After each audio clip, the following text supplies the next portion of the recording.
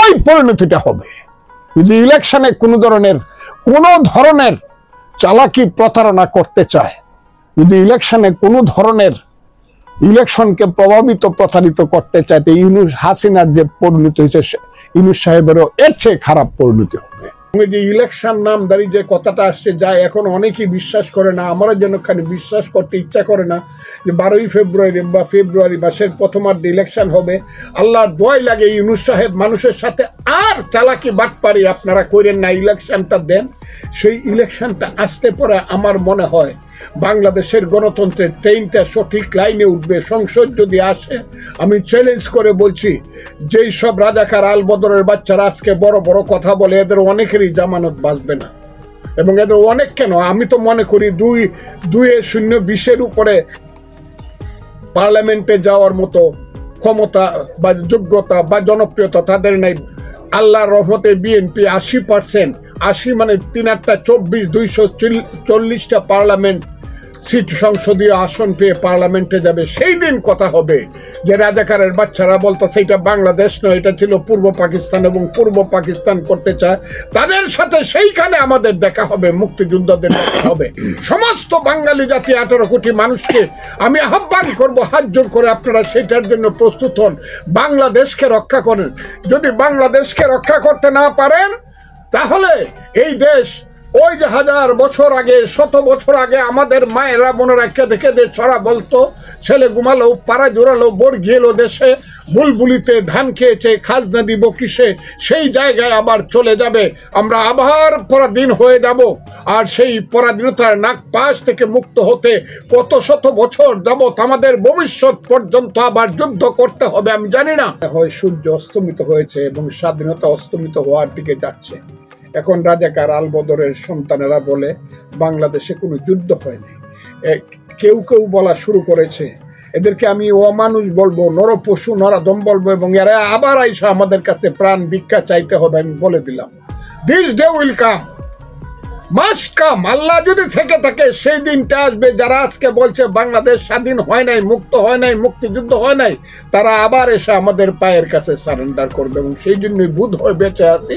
আর যদি এটা না করাইতে পারি, তাহলে মৃত্যুই আমার কাছে সবচেয়ে শ্রেয়, মৃত্যুই আমার কাছে সবচেয়ে শ্রেয়। আমার বেঁচে থাকার কোনো, আমি মুক্তিযুদ্ধ, আমার বেঁচে থাকার কোনো অধিকার নাই।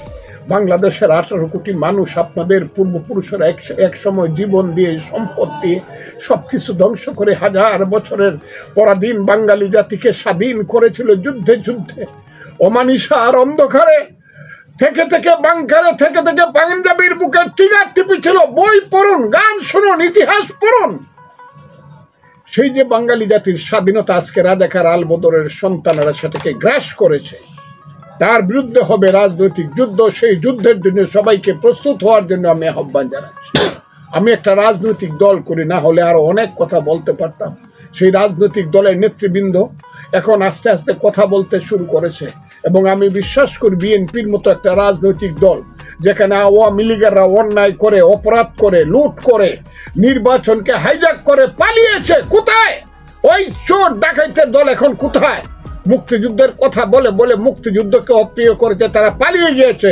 এখন বিএনপির সবচেয়ে বড় দায়িত্ব হলো মুক্তিযুদ্ধকে রক্ষা করা। কারণ তাদের দলের নেতা, আমাদের দলের নেতা, তার নাম শহীদ প্রেসিডেন্ট জিয়াউর রহমান, তিনি ছিলেন মুক্তিযুদ্ধ বীরোত্তম, এবং তিনিই 27শে মার্চ কালুরঘাট বেতার কেন্দ্র থেকে ঘোষণা দিয়েছিলেন, I Major Zia do hereby declare the independence of Bangladesh on behalf of our great leader Bangabandhu Sheikh Mujibur Rahman.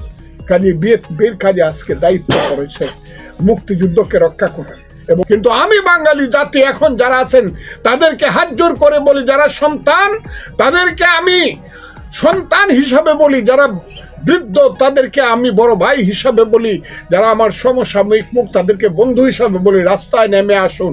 আপনারা আগামী যে নির্বাচনটা হবে সেই নির্বাচনে মুক্তিযুদ্ধকে বাঁচানোর জন্য শহীদ জিয়ার দল, তারেক রহমান এবং দেশনেত্রী বেগম খালেদা জিয়ার নেতৃত্বের দল বিএনপিকে আপনারা ধানের শীষ মার্কায় ভোট দিয়ে আপনারা অন্তত বাংলাদেশ নামে একটা দেশকে রক্ষা করেন। এটাই হলো আজকে আমার চাওয়া মানুষের কাছে। আমি আরেকটু মুক্তিযুদ্ধের কথা আপনার কাছ থেকে শুনবো, কিন্তু যেহেতু জামাতের প্রসঙ্গ এসছে এবং নির্বাচনের প্রসঙ্গ এসছে, আমি একটু জানতে চাই আপনার কাছে যে এই সরকার ডক্টর মোহাম্মদ ইউনূস সরকারের সময় জামাত যতটা কমফোর্টেবল, আপনারা ইতিহাস এতটা কমফোর্টেবল জোনে তারা অতীতে কখনো ছিলেন না। এই কমফোর্টেবল কি ইঙ্গিত করে যে আগামীতে নির্বাচনটা নিরপেক্ষ হবে? যদি সেই নির্বাচন নিরপেক্ষ না হয় তাহলে আপনি যে ফলাফল আশা করছেন সেই ফলাফল হবে, নাকি সত্যি অর্থে যেভাবে এখন সমাজে প্রতিষ্ঠিত হয়েছে স্বাধীনতা বিরোধীরা, আগামী নির্বাচনের মাধ্যমে সেরকম কোনো আশঙ্কা আছে কিনা? আশঙ্কা আমার মধ্যে 100% আছে। কারণ ইউনূস সাহেবকে আমি যা মনে করেছিলাম তিনি তা না। আসলে আমি খুব ক্লিয়ারলি বলি, ইউনূস সাহেব গত 15 মাস এই দেশটাকে এমন একটা দিকে নিয়ে গিয়েছে যে এই দেশটাকে মানুষ আর দেশ মনে করে না। এটাকে মনে করে একটা অশান্ত দেশ, এটাকে মনে করে এমন একটা দেশ যে দেশে কোনো আইন নাই, আদালত নাই, বিচার ব্যবস্থা নাই, এবং যে দেশে সন্ত্রাসীরা, চাঁদাবাজরা এই দেশে এবং ধর্মীয় সেই সব সন্ত্রাসীরা দেশটাকে দখল করেছে। এটা হতে পারে, কিন্তু আমার বিশ্বাস জনগণ একত্রিত হইলে পরে ইলেকশনটা মোটামুটি ভাবে হয়ে যেতে পারে। আর ইউনূস সাহেব যদি তা করে তাহলে পরিণতি শেখ হাসিনার যা হয়েছে ইউনূস সাহেবেরও তা হবে। সেটার জন্য আমি অপেক্ষা করতেছি। আমি তফসিল ঘোষণার মুখে আমরা যখন আলোচনা করছি, তো সেইটা যদি হয়ে থাকে, বন্ধু, কি প্রশাসন বা মাঠ পর্যায়ে যারা আছে তারা কি এখনো এই নির্বাচন সুষ্ঠুভাবে তোলার ফেভারে আছে কিনা? দেশের সার্বিক পরিস্থিতি, আইন শৃঙ্খলা, প্রশাসনিক অবস্থা, যে স্বাধীনতা বিরোধী বলি বা সরকার যদি কাউকে ফেভার করতে চায় তাকে জিতিয়ে আনার জন্য, এইটা প্রভাব ফেলবে কিনা নির্বাচনে? সরকার ইচ্ছা করলে যদি মনে করে কাউকে ফেভার করবে তাহলে কিছুটা, কিন্তু এইটাও আমার দেখার ব্যাপার আছে। আমার মনে হয় না এটা ইট ইজ সো ইজি, এটা এত ইজি না। এবং তাহলে আমি মনে করব বিএনপির নেতৃত্ব হ্যাজ টোটালি ফেইলড।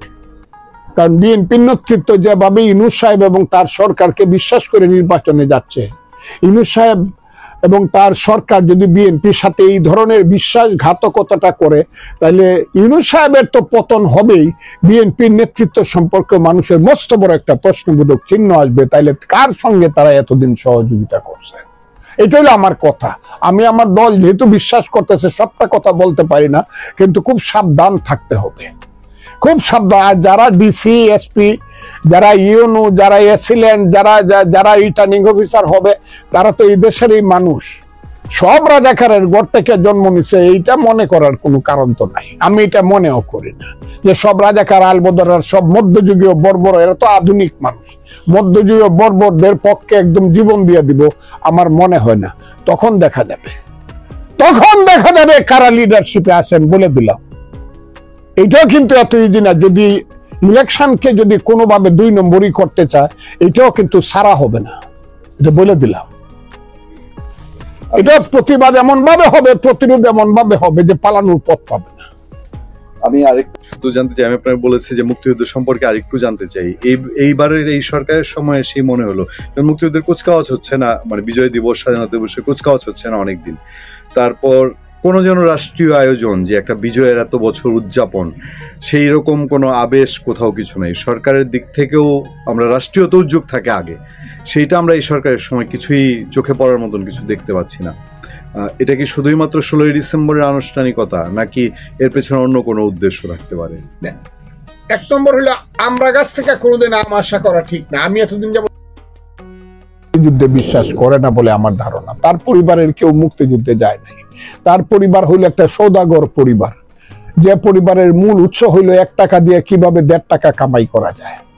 তারা কোনোদিন শহীদ মিনারে যায় নাই, কোনোদিন রাজপথে গণতন্ত্রের জন্য তাদের পরিবারের একটা লোক স্লোগান দেয় নাই, তারা কোনোদিন স্মৃতিসৌধ দেখে নাই, তারা কোনোদিন গণতন্ত্রের জন্য সংগ্রাম করে নাই। ইউনূস সাহেব গ্রামীণ ব্যাংক করিয়া এখন তো বুঝতেছি শুধু নিজে লাভবান হওয়ার জন্য আর নিজের নাম করার জন্য এই কাজটা করছিল। কাজে আমি মনে করি যে ইউনূস সাহেবের কাছ থেকে আমরা গাছ থেকে ফজলে আম চাই না। তো ইউনূস সাহেবের আমলে সুন্দর করে 16ই ডিসেম্বর এটা আমরা করবো না। ইলেকশনটা যদি হয় দেখা যাবে রাজাকারের বাচ্চারা কত ভোট পায় এবং 16ই ডিসেম্বর কেন করলো না, ডিসেম্বর মাসকে কেন সম্মান করলো না, এইটার জন্য তাদের জবাবদিহি করতে হবে। আমি কথাটা বলে রাখলাম, কারণ 16ই ডিসেম্বর থেকে 16ই ফেব্রুয়ারি খুব বেশি দূরে না, মাত্র 2 মাস। এইটারও তাদের জবাবদিহি করতে হবে যে ডিসেম্বর মাসকে কেন অবমাননা করা হয়েছিল। এই কথাগুলো কিন্তু আসবে। কাজে আমার মনে হয় ইউনূস সাহেবদের যদি সেন্স থাকে তার সাথে তো আরো কিছু মানুষ আছে। আর একটা লোকরে কত মনে করতাম যে সে বোধহয় একদম মুক্তিযুদ্ধের সন্তান। এখন তো শুনি কুমিল্লাতে খোঁজ নেওয়া যে না, মুক্তিযুদ্ধের মোর সঙ্গে তাদের পরিবারের কোনো যোগাযোগ নেই। তার নাম আসিফ নজরুল। সে জাহানারা ইমামের সঙ্গে 24 জনের একজন হিসাবে আসামি হয়ে গেল। আমার মনে হইতো হায় হায় এরকম একটা যুবক। এখন তো দেখি বাবা রে, হ্যাঁ আমি তো চিনতেই পারছি না। হ্যাঁ আমি তো দেখলাম যে এইসব লোককে বিশ্বাস করে কি করলাম ভাই, গাজীর গীত গায়া ফাঁসিয়া কামাই করলাম, বেটে হা খায়া। এরা তো এই শ্রেণীর লোক। হে মুক্তিযুদ্ধ পালন করবে না। ওই যে একটা লোক বসে আছে সংস্কৃতি মন্ত্রণালয়ে, আমরা দেখলে দূর থেকে ফজলু ভাই করে একটা হাসি দিত। আমি মনে হতো সাংঘাতিক সংস্কৃতি সেবী, তার বউ অভিনয় করত, কত সুন্দর নাটক নভেল করত। সেই লোকজন এখন পাকিস্তানের হানাদার বাহিনীর পালিত গোলাম হয়ে গেছে। তাদের চেতনায় তারা কি বলবো, তাদের চেতনায় তারা একদম ভরপুর হয়ে গেছে, পাকিস্তানি চেতনায়। যে চিন্তা করতেই তো আমার ঘৃণা লাগে এইসব লোকজনের প্রতি। নামটা নাকি সংস্কৃতি মন্ত্রী, আমার নামটাও মনে থাকে। হ্যাঁ ফারুকি সাহেব, তাহারে কত সংস্কৃতিবান লোক। এখন কি দেখি, এখন দেখি যে এই যে নাটক করলে শিল্পকলাতে ঢিলায়, বোমা ফুটায়, এগুলো দেখি। দেখা যাক, আসবে 16 ডিসেম্বর নিয়ে আমি আমরা কাছ থেকে আশা করি না। আমি ইউনূস সাহেবের সরকারের কাছ থেকে মুক্তিযুদ্ধ আর আশা করি না। মুক্তিযুদ্ধ আমরা করে নিব না, অনুষ্ঠান আমরা করে নিব। আমাদের এই প্রজন্মের একটা আক্ষেপের কথা দিয়ে শেষ করতে চাই যে আমাদের এই প্রজন্ম, আপনারা তো মুক্তিযোদ্ধা দেশ স্বাধীন করে এনে দিচ্ছেন, আপনাদের আবেগ কোন মাপের হইতে পারে এই সময় আমরা বুঝি। আমরা এই শুনি নাই কখনো যে বিজয় দিবস 16 ডিসেম্বর না, বিজয় দিবস এই সেই বিভিন্ন কালো দিবস, এর চেয়েও জঘন্য ভাষা, এর চেয়েও জঘন্য ভাষায়। এবং পাকিস্তান খুব ভালো দেশ, ও নাকি মৌলানা নাকি, আমি বলছি ও ওর মা পাকিস্তান আছিল। আমি কথাটা কইছি, আমি আপনাকে খুব ক্লিয়ারলি বলি। এখন দেখবেন ঢাকা বিশ্ববিদ্যালয়ে, যেটা আমি সমর্থন করি না, এটাও সমর্থন করি না যে অন্য দেশের পতাকা পারানো হোক, কিন্তু ঢাকা বিশ্ববিদ্যালয় কিন্তু চলছে। ঢাকা বিশ্ববিদ্যালয় না, সারা হাজার হাজার যুবক ছাত্র ফজলুর রহমান নামে পাগল। এখানে গেলে পরে 10 মিনিটের মধ্যে 100 ছেলে হিসাব গির করে দাঁড়ায়, আপনি আগান আমরা আছি, দিস টাইম উইল কাম। এখনকার প্রজন্ম মুক্তিযুদ্ধের পক্ষে, এটা যারা বিশ্বাস করে না তারা ভুল করতেছে। ওই কতগুলা রাজাকারের ছেলে, ওই শিবির টিবির যারা ছাত্রলীগ ছিল, ওখান থেকে বাইরে মুনাফেক হিসাবে শিবির হয়েছে, এদেরকে দেখে যারা মনে করতেছে ডাকসু মাকসু দল করে ফেলছে, কাজে সব যুবক তার না, সব যুগ তাদের সাথে না। নীল খেতে পোস্টার ছাপায়, ব্যালট পেপার ছাপায় যারা ডাকসু মাকসু করে ফেললে পরে এতে করে ছাত্রদের কিছু আসে যায় না। আপনি দেখবেন, আমি বললাম দেশের সমস্ত নতুন প্রজন্ম মুক্তিযুদ্ধের পক্ষে, এবং আমি ভোটটাই করতে চাই। আমার দলকে আমি ভোটটাই আমি করতে চাই। 71-এর মুক্তিযুদ্ধ সঠিক ছিল না 71-এর মুক্তিযুদ্ধ ভুল ছিল? আমরা বলবো জিয়াউর রহমানের দল, আমরা বলবো 71-এর মুক্তিযুদ্ধ সঠিক ছিল। যারা বিশ্বাস করো তারা ধানের শীষে ভোট দাও, আর যারা বলো 71-এর মুক্তিযুদ্ধ ভোট ছিল তার দাঁড়িপাল্লায় ভোট দাও। দেখি জিনিসটা কি দাঁড়ায়। যদি দাঁড়িপাল্লায় ভোট দিয়ে দেয় দেশের মানুষ, আমি তাদেরকে সেলিউট দিয়ে দেবো যে আমি আপনাদেরকে সেলিউট দিলাম, আমার আর এই দেশে দরকার নাই। এমনও হইতে পারে যে আমার বাঁচারই দরকার নাই, কিন্তু আমি চিন্তা করব, চেষ্টা করব, এবং এই দেশটাকে এই জায়গাতে নিয়ে যাব যে 71 সঠিক ছিল, মুক্তিযুদ্ধ সঠিক ছিল। আমি জানি সেই পক্ষে 90% সিট আসবে, 90%, 263 অংশে 270টা সিট আসবে মুক্তিযুদ্ধের পক্ষে। কথাটা বলে দিলাম। সারা বাংলাদেশের মানুষ, একেবারে প্রান্তিক মানুষ যে রাজনীতি কিছুই বুঝে না, সেও বলছে যে না শেখ হাসিনাই ভালো ছিল, শেখ হাসিনাকেই দরকার।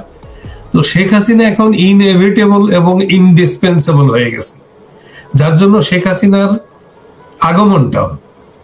আগমনটাও শেখ হাসিনার একেবারে সেই যে অবস্থায় ছিল, ট্র্যাক ব্যাকটা এই জঙ্গি জিহাদিদের ভুলের জন্য শেখ হাসিনার ট্র্যাক ব্যাক, মানে যে পথে সে গেছে ঠিক ওই পথেই সে ফেরত আসার একটা সম্ভাবনা তৈরি হয়ে গেছে।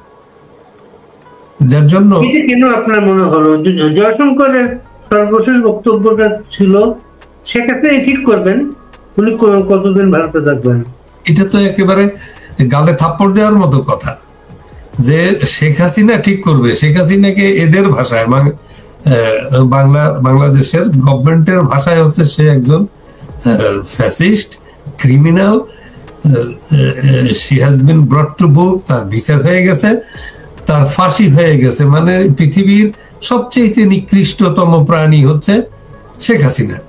তো শেখ হাসিনার ফাঁসি হয়ে গেছে, এটা হচ্ছে কয়েকজন জঙ্গি জিহাদি, এই টুকাই ইউনূসের নেতৃত্বে। কিন্তু সারা বাংলাদেশের অবস্থা তো আপনি দেখেন, আমি দেখি, এখন যারা দিল্লিতে বসছে তারা তো প্রতিনিয়ত দেখে, তাদের মনিটরিংটা আমাদের চাইতে, আপনি আমি আমাদের চাইতে কিন্তু তাদের সিস্টেমেটিক মনিটরিং আছে, তাদের এখানে ইনভেস্টমেন্ট আছে, তারা ওখানে তাদের এজেন্সি আছে, এজেন্সি প্রতিনিয়ত তাদেরকে development, day to day development তারা দিচ্ছে। তো সেই দিক দিয়ে এটা গ্লোবাল কনসার্ন হয়ে গেছে যে এইভাবে, যেমন এশিয়া হচ্ছে আপনার ব্যবসা বাণিজ্য এবং গ্লোবাল ট্রেড কমার্সের এবং ইকোনমিক ডেভেলপমেন্টের কেন্দ্রবিন্দু হচ্ছে এশিয়ায়, আজকের থেকে না 20 বছর আগের থেকে এটা চলছে। সেই দিক দিয়ে এখানে এই জিনিসটা, এটা কোনো অবস্থাতেই এটা মানে অ্যালাউ তো করা যাবে না, প্লাস এটা দেরিও করা যাবে না, এটা টাইম নিলে ভুল হয়ে যাবে। এবং সেখানে অনেক যত সময় যাবে তত গ্রাস রুটে মানে অনেক তাদের শিকড় বসে যাবে এই জঙ্গি জিহাদিদের, এবং এরা কঠিন হয়ে যাবে, এদেরকে কস্টলি হয়ে যাবে, কঠিন এবং কস্টলি হবে এদেরকে উৎখাত করা।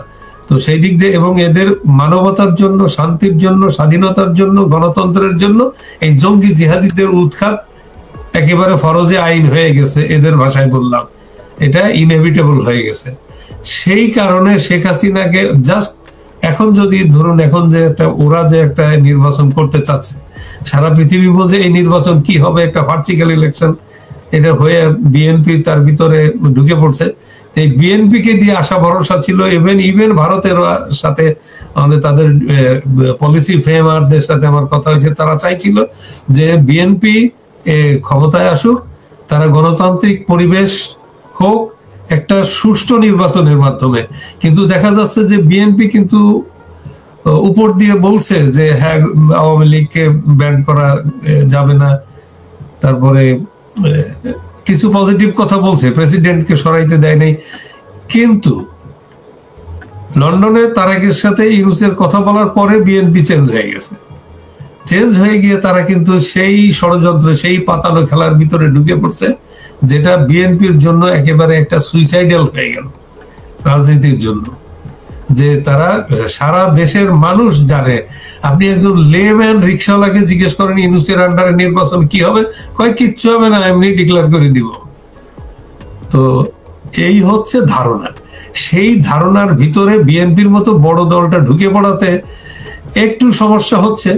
কিন্তু সারা পৃথিবী তো আর এটার জন্য থেমে থাকবে না, তারা তাদের নিজস্ব কোর্স নিয়ে, সেই কোর্স নিয়ে তারা এগোচ্ছে। এবং এখানে একটা দ্রুত একটা শান্তি প্রতিষ্ঠা, দ্রুত এই মানে অভিশাপ, এই গজব, জঙ্গি জিহাদি গজবটাকে এখান থেকে নির্মূল করার জন্য একটা সুদূর প্রসারী পরিকল্পনা চলছে। এবং সাধারণ মানুষের মুক্তির কথা চিন্তা করে, সাধারণ মানুষের ওয়েলফেয়ার, তাদের অধিকার, তাদের জীবনের নিরাপত্তা সবকিছু বিবেচনা করে, সামাজিক নিরাপত্তা, নারী শিশু সকলের একটা জন্য একটা সুন্দর একটা দেশ যাতে গড়ে উঠতে পারে, একটা সমাজ গড়তে পারে, একটা সুন্দর সরকার আসতে পারে।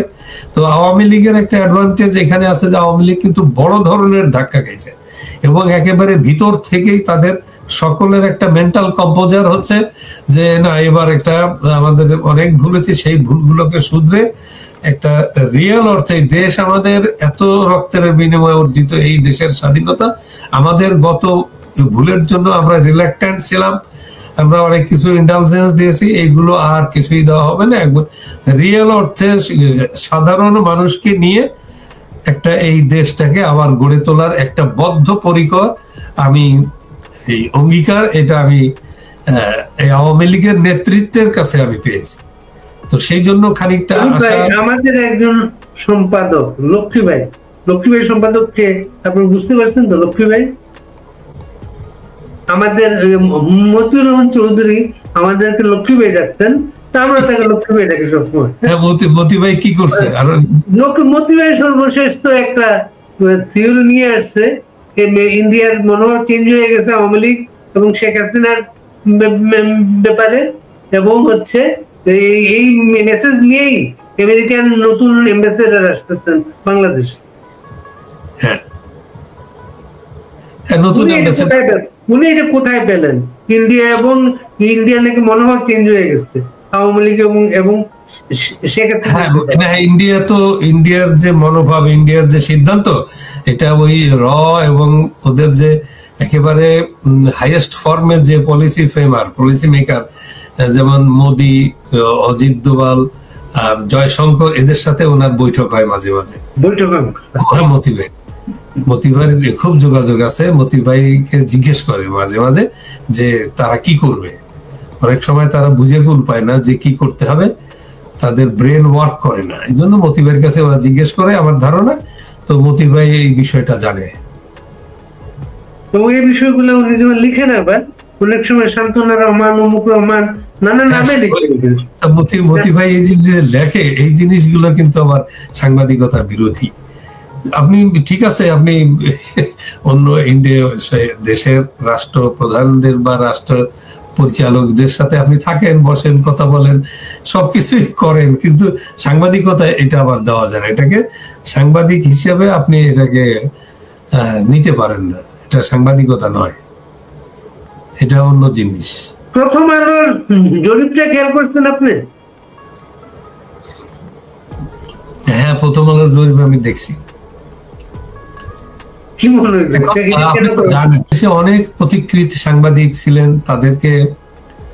তারা চির প্রাতঃস্মরণীয় সাংবাদিক। তাদের কাছ থেকে তাদের অ্যাক্টিভিটিস গুলো দেখলেই তো সাংবাদিকতা শেখা হয়ে যায়, তাদের কাছে বসে পড়া লাগে না। আপনার যে জহুর হোসেন চৌধুরী, সালাম খান অবজারভারের এডিটর, তারপরে সন্তোষ দা, নির্মল সেন, তারপরে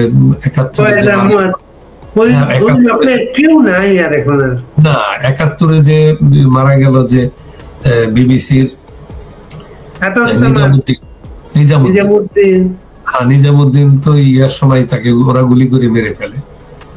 তো তারপরে আতাউসামাদ আসতে পরে, তোয়াব ভাই তো একেবারে উনি একজন ক্রিয়েটর, যেভাবে ওনার কাছ থেকে তোয়াব ভাই তো শেখার অনেক আছে তোয়াব ভাইয়ের কাছে।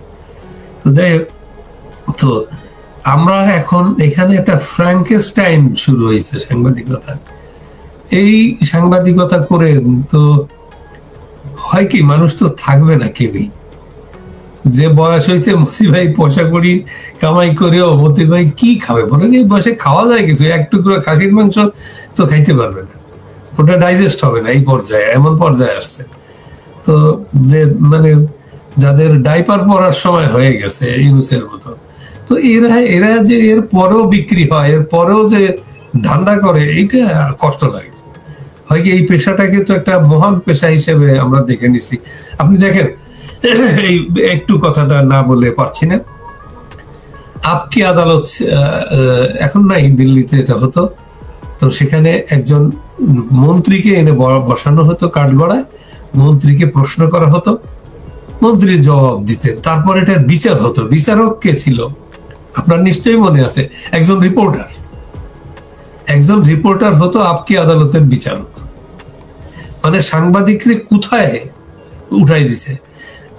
বিষয়টা কেমনে আসছে যে একজন বিচারক একটা রায় দিলে, ধরেন একটা নর্মাল রায় দিলে 50টা একটা ফ্যামিলির বিরুদ্ধে রায় গেলে, সেই ফ্যামিলির সাথে আরো যারা জড়িত আত্মীয় স্বজন সব মিলিয়ে 2 দিকে 50টা ফ্যামিলিকে এফেক্ট করতে পারে।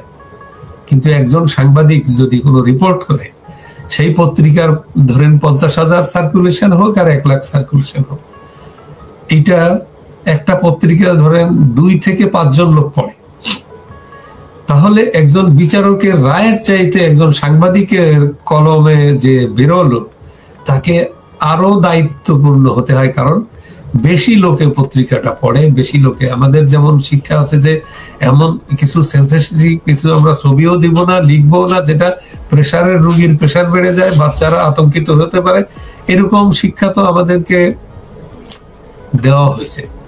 তো সেইগুলো বাদ দিয়ে এখন সাংবাদিকতা যে পর্যায়ে পৌঁছে গেছে, তারপরে যে একেবারে নাই তা না, আছে, তারপরেও আছে। এর ভিতরে একেবারে সব কলুষিত হলে তো আর সমাজ চলতো না, তারপরেও আছে সাংবাদিক আছে, তবে তাদের সংখ্যা হচ্ছে মাইক্রোস্কোপিক, দূরবীন দিয়ে দেখতে হয়।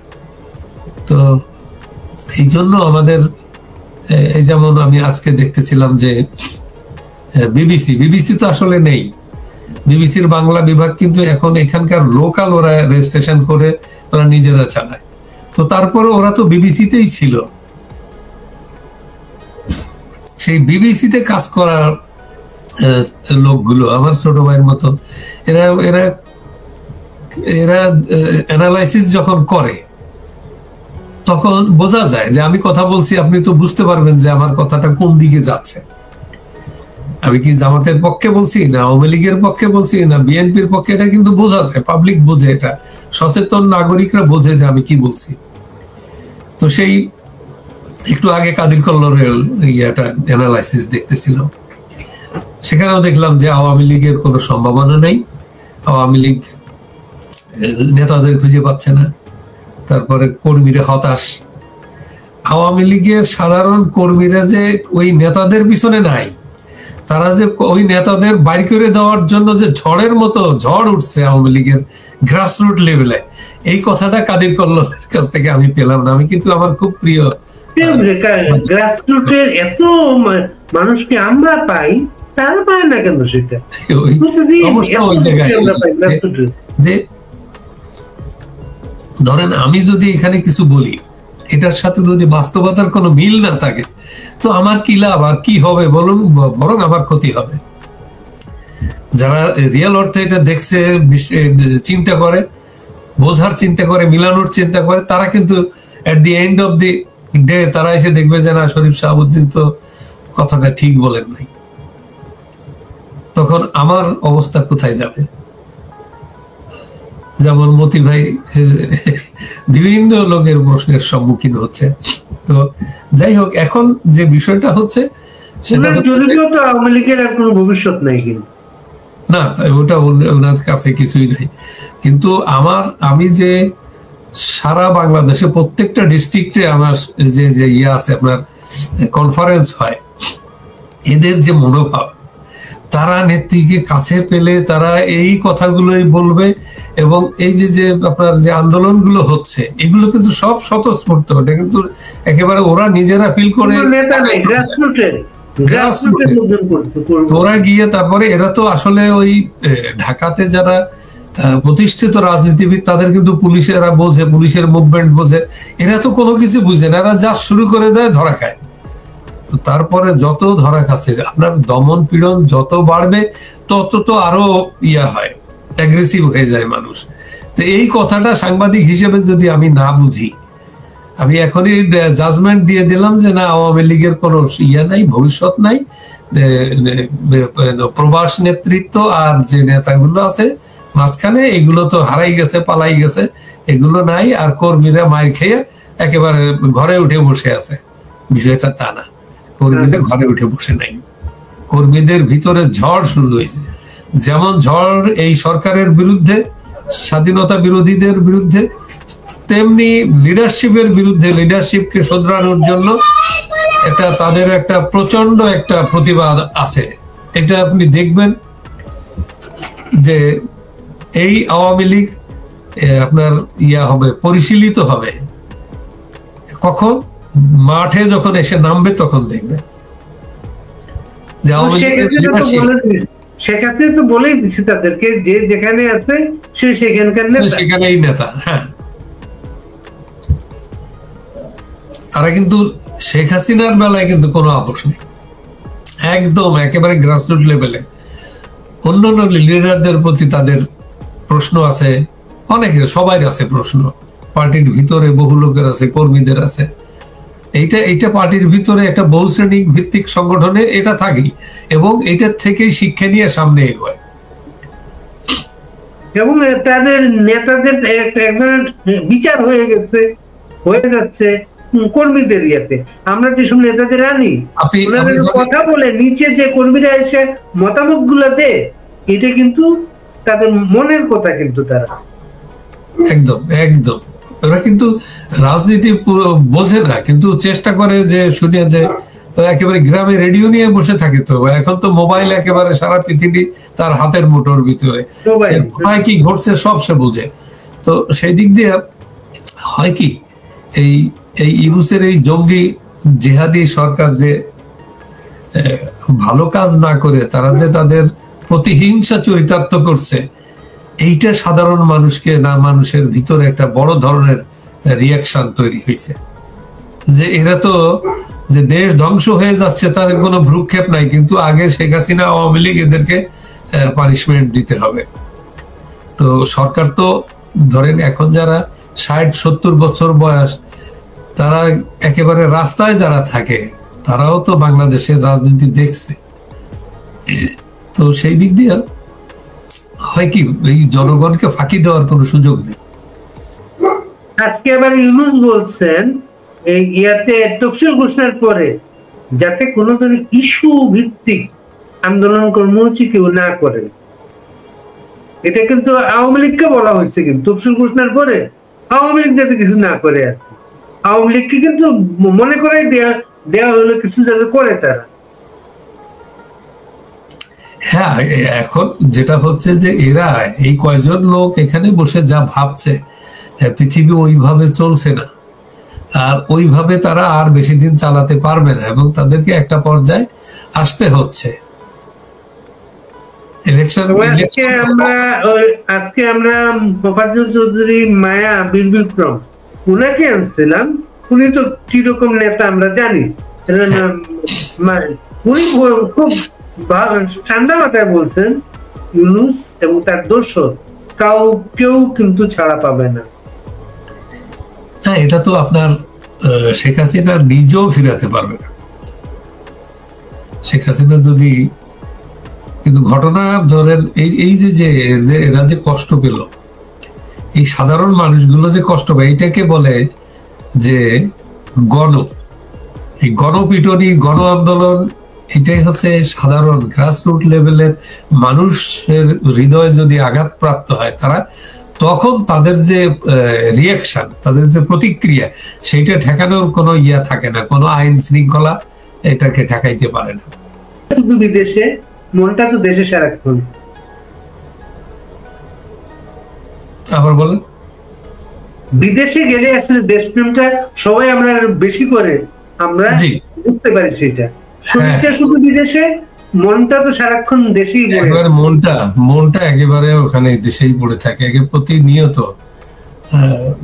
নিউজ পেতে সবসময় ইচ্ছে করে, ঘুমের থেকে উঠেই ইয়া দেখে, ফোন দেখতে হাত মুখ না ধুয়ে আগে ফোনটা দেখি।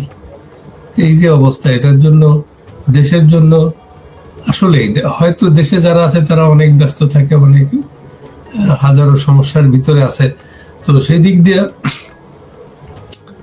আমাদেরও যে সমস্যা, আমরা নিয়ম কানুনের ভিতর দিয়ে চলি, আমরা একটু এই বাইরে এসে একটু সুন্দর চিন্তা করার একটু অ্যাফ্লুয়েন্সি থাকে, সেদিক দিয়ে আমাদের ওই গ্রামের সাধারণ মানুষের যে সমস্যা, সেই সমস্যা আমরা থাকি না। তো যার জন্য আমাদের একটু বেশি সময় থাকে, বেশি ইয়া থাকে যে দেশ সম্পর্কে খুঁটিনাটি খবর নেই, এই আর কি। ভারতে যে সম্মেলনটা চলছে, বৈঠকটা, নিরাপত্তা বিশেষজ্ঞদের, এই বিষয়টা আপনি কিভাবে অনুসরণ করছেন?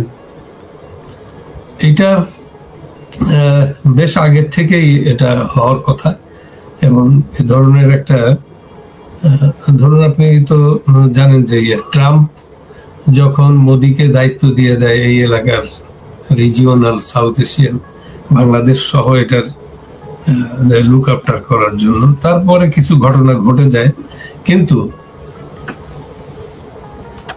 কিন্তু বিষয়টা হচ্ছে একেবারে কমন, আমেরিকার কাছে যেমন যা, এই রিজিয়নে কি ঘটছে এবং কি ঘটবে, এরা একটা বিষয় কিন্তু সবাই সচেতন, এক যে সন্ত্রাসবাদ দমন করতে হবে, এটা কিন্তু সারা পৃথিবী এক। তো এই গ্লোবাল যে ইন্টেলিজেন্স কনফারেন্সটা হচ্ছে, এটার উদ্দেশ্যই একটা যে সারা পৃথিবীতে ওরা আমেরিকার নেতৃত্বে যে ওয়ার অন টেরর করলো, ওটা মোটামুটি কমপ্লিট করে আসছে। সিরিয়া ইরাকের মাঝখানে যে আইএসআই ছিল, যে ইসলামিক রাষ্ট্র তৈরি হয়েছিল, ওটাও শেষ করে একেবারে সর্বশেষ এখন দেখা দিচ্ছে যে পাকিস্তানের সহায়তা বাংলাদেশের এই অঞ্চলে একটা অস্থিরতা তৈরি করছে এই সন্ত্রাসীরা। তো একেবারে সবাই সারা পৃথিবীর এই শান্তিকামী মানুষ তারা এখন দেখছে যে এই এলাকায় যে ব্যাপক জনগোষ্ঠীর ভিতরে এই সন্ত্রাসবাদ ঢুকে পড়ছে, এই জন্য এটা তাদের একটা হেডেক হয়ে গেছে, যা তারা এটাকে কিভাবে ফিক্স করা যায়। তো এই জন্য তারা খুব ব্যতিব্যস্ত এবং তারা এই ব্যাপারে দীর্ঘ বৈঠক হয়েছে তাদের বিভিন্ন জায়গায়। ধরুন ইয়াতে আমেরিকা হয়েছে, তারপরে ইউরোপ, আমেরিকা এবং ইভেন বিভিন্ন ইংল্যান্ডের যে বড় বড় যে সংস্থাগুলো আছে, যেমন স্কটল্যান্ড ইয়ার্ড থেকে শুরু করে বিভিন্ন যে আছে এজেন্সি আছে, সব জায়গায় বিষয়টা আপনার মতামত নেওয়া হচ্ছে। এবং ফাইনালি যে দিল্লিতে একটা বিষয়টা যেহেতু রিজিওনাল, এই জন্য দিল্লিতে এই বৈঠকটা হচ্ছে এবং এইখানে তারা মোটামুটি দীর্ঘ ওয়ার্ক করছে, করে এখন তারা একটা বিষয় উপনীত হয়েছে যে এটাকে কিভাবে মোটামুটি তাদের একটা আছে যে মোটামুটি শান্তিপূর্ণ ভাবে এটাকে লেস কস্ট এটাকে মিটিগেট করা যায়, এটাকে দমন করা যায়, এই ভয় সব নিয়ে তারা ভাবছে। যেহেতু এটা ডেন্সলি পপুলেটেড এরিয়া, তো সেই দিক দিয়ে আপনাকে এখানে খুব সতর্কতার সাথে এগোতে হবে। বিষয়টা হচ্ছে যে সন্ত্রাসীরা এখানে তাদের একেবারে কালমিনেশন তারা দেখিয়ে দিছে, জঙ্গিরা, যে তারা একটা রাষ্ট্রকে উল্টাই ফেলাইছে, দখল করে ফেলছে। এইটা সবাইকে মানে ইয়ে করছে, কনসার্ন করে হয়ে গেছে সবাই, সকল এজেন্সির, সারা পৃথিবীর যে গ্লোবাল এজেন্সি গুলো সবাই তো দেখছে যে তারা একটা যে ইয়ার পরিস্থিতির শিকার। এই জন্য তারা একটা বিষয়ে সকলেরই মতামত আছে যে যেভাবে আপনার ওরা দখল করছে, এদের তো আপনার পিসফুলি এদেরকে সরানো যাবে না। এরা তো সবসময় যুদ্ধের কথা বলে, জিহাদের কথা বলে, এই জন্য এদেরকে ধরেন একটা সুষ্ঠু নির্বাচন দিয়েছে। সুষ্ঠু নির্বাচন তো এদেরকে ক্ষমতায় রেখে তো সুষ্ঠু নির্বাচন হবে না। এদের প্রস্থানটা কিন্তু ওরা সহিংস ভাবে ক্ষমতা দখল করছে, সহিংস প্রস্থানটা হবে, তবে সেটাকে একটু সাথে যাতে সাধারণ মানুষের ইনভলভমেন্টটা বেশি না হয়, সেই জন্য খানিকটা কনসার্ন। এই জন্য এই বৈঠকগুলো হচ্ছে কিভাবে প্রেসিশন অ্যাকশনটা হবে, প্রিসাইজ এন্ড প্রেসিশন। তো সেই দিক দিয়ে বৈঠকটা হয়েছে এবং এতে হচ্ছে কি আপনার এরা যদি ধরুন এই সন্ত্রাসীরা এরা যদি ধরেন সত্যিকার অর্থে শেখ হাসিনাকে উৎখাত করে তারপরে তারা যদি একটা শান্তিপূর্ণ গণতান্ত্রিক একটা রাষ্ট্র কাঠামো তৈরি করতে পারত, তাহলে কিন্তু এই সমস্যাটা হতো না। এই পৃথিবীর এই ইন্টেলিজেন্স, এই পৃথিবীর শান্তিকামী মানুষের মাথা ব্যথা হতো না। তো ওরা যেহেতু আপনি দেখছেন যে যেমন স্বাধীনতা বিরোধী, সমাজ বিরোধী, ধর্ম বিরোধী, প্রত্যেকটা ধর্মের আপনারা দেখেন মানুষ কবরের থেকে উঠে পোড়াই দিচ্ছে, মানে খুব লোমহর্ষক ঘটনাগুলো এখানে ঘটে গেছে। কারো বলা লাগে নেই, পৃথিবীর মানুষ তো জেনে গেছে যে এরা কি সব অ্যাকশন হচ্ছে, নারী নির্যাতন হচ্ছে, নারীদের যে একেবারে কি ইয়ার মতো আফগানিস্তানের মোল্লা ওমরের যে আইন শুরু হয়েছিল ওইরকম বিষয়টা দেখা দিছে, যে যেখানে সেখানে নারীদেরকে ধরে নিয়ে তুমি কি কাপড় পরছো, গাছে ঝুলাও, পিটাও, বিচার করো, এরকম একটা একটা কি বলে এটাকে, একটা অরাজক বলা হতো, এটা একটা কি মধ্যযুগীয় বর্বরতা শামিল। তো সেই দিক দিয়ে মানুষগুলো সারা পৃথিবীর শান্তিকামী মানুষ যারা আইন শৃঙ্খলার ভিতরে, এই পৃথিবীতে একেবারে প্রায় উন্নয়ন অ্যাডভান্সমেন্টের শেষ পর্যায়ে, it is also a culmination of the advancement, global advancement, science, technology, artificial intelligence. এখন তো মানুষ একেবারে শেষ পর্যায়ে, উন্নয়নের শেষ পর্যায়ে আছে। তো সেই যুগে যদি আপনার মধ্যযুগীয় বর্বরতা হয়, সেটা তো কোনো অবস্থাতে এটাতে কলাইড করে আপনার শান্তির সাথে, কলাইড করে গণতন্ত্রের সাথে, মানবাধিকারের সাথে কলাইড করে। শুধু কলাইড করে না, মানবাধিকারটা একেবারে মানে বিপর্যস্ত, বিধ্বস্ত। যেভাবে মানবাধিকার লঙ্ঘিত হচ্ছে, এটা তো সারা পৃথিবীর মানুষকে অ্যালার্ম করে দিছে। তো যার জন্য শেখ হাসিনার এখন যেমন সারা বাংলাদেশের মানুষ, এটা প্রতিনিয়ত মনিটরিং হচ্ছে,